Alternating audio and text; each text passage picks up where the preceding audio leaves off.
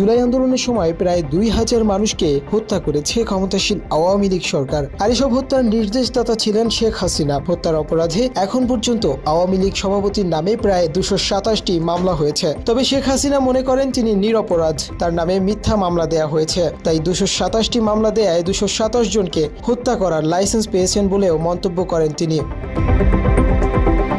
সাম্প্রতিক সময়ে দলীয় নেতাকর্মীদের সঙ্গে নিয়মিত যোগাযোগ চালিয়ে যাচ্ছেন হাসিনা।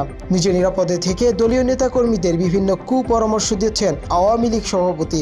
এমনই একটি কল রেকর্ড সামাজিক যোগাযোগ মাধ্যমে ছড়িয়ে পড়েছে, যেখানে হাসিনা বলেছেন ভয়ের কিছু নেই, এখন উল্টো ভয় দেখানোর সময় এসেছে বলেও মন্তব্য করেন তিনি।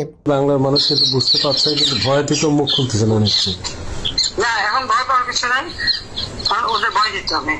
কথা বলার এক পর্যায়ে আওয়ামী লীগের ওই নেতা শেখ হাসিনাকে বলেন তাদের বিরুদ্ধে অসংখ্য মামলা দেয়া হয়েছে, সবার ঘরবাড়ি পুড়িয়ে দেওয়া হয়েছে।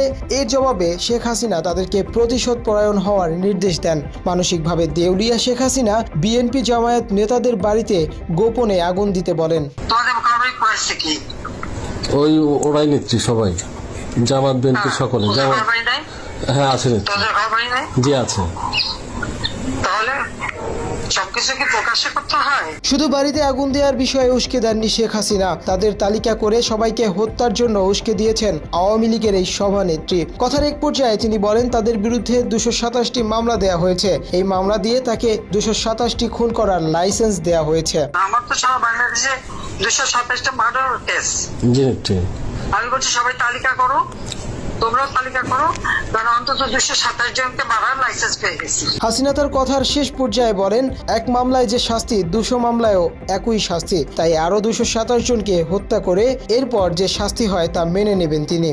এক মামলায় যে শাস্তি, আরে ২০০ মামলায় সেই শাস্তি, তাই না?